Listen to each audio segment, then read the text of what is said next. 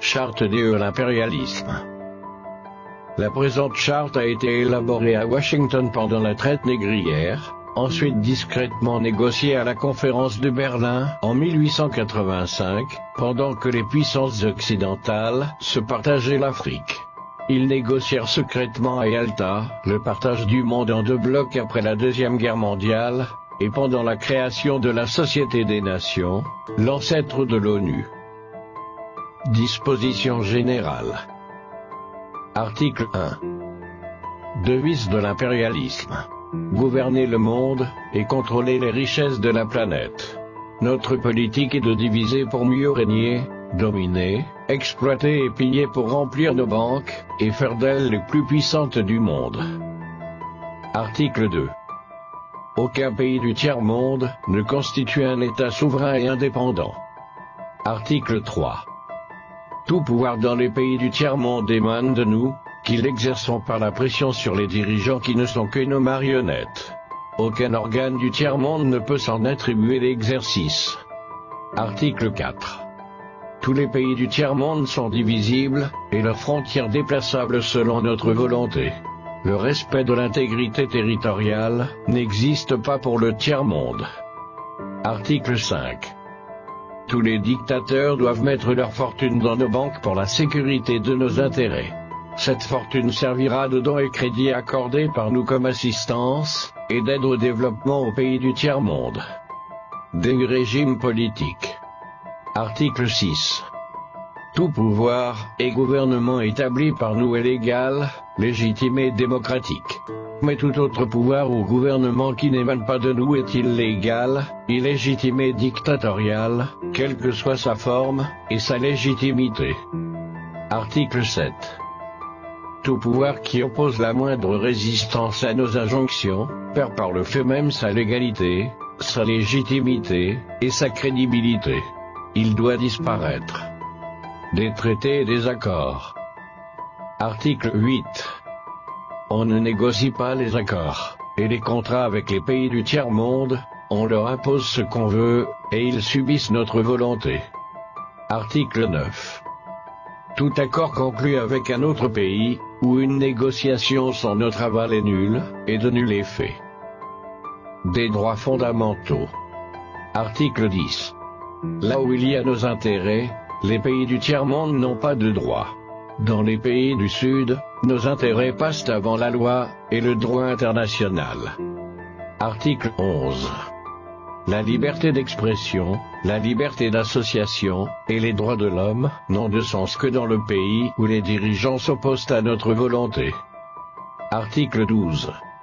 Les peuples du tiers-monde n'ont pas d'opinion, ni de droit, ils subissent notre loi et notre droit. Article 13. Les pays du tiers-monde n'ont ni culture ni civilisation, sans se référer à la civilisation occidentale.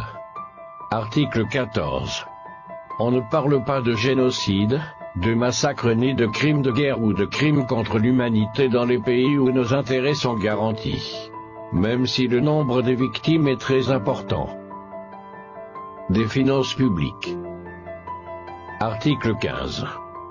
Dans les pays du tiers-monde, nul n'a le droit de mettre dans leur banque un montant d'argent au-dessus du plafond que nous avons fixé.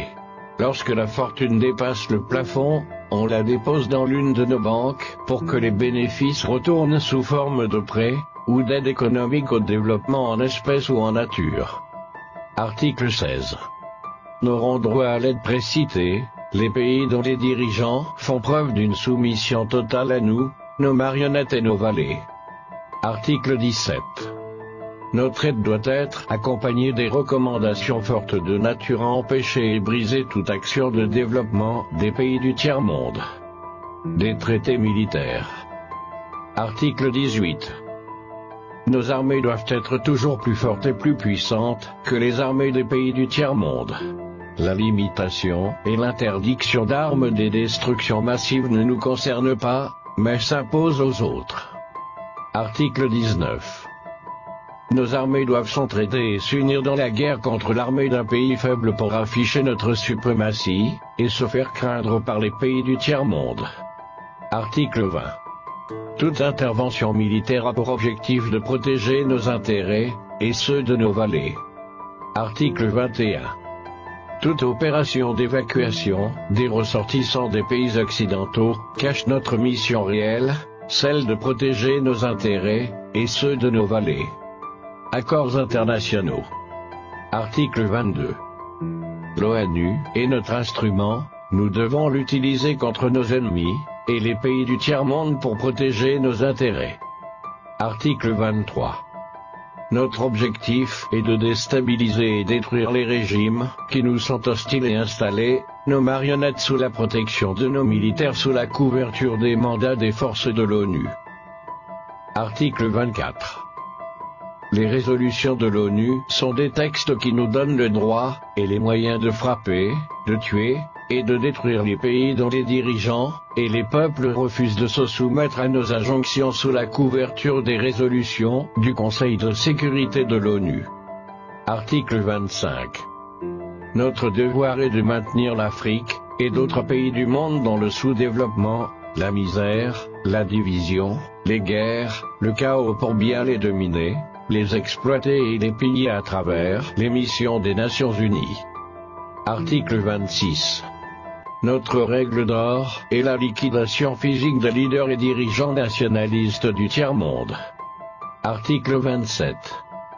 Les lois, les résolutions, les cours et tribunaux des Nations Unies sont nos instruments de pression contre les dirigeants et les leaders des pays qui défendent les intérêts de leur peuple. Article 28. Les dirigeants des puissances occidentales ne peuvent être poursuivis, arrêtés ni incarcérés par les cours et tribunaux de l'ONU, même s'ils commettent des crimes de guerre, de génocide, ou des crimes contre l'humanité.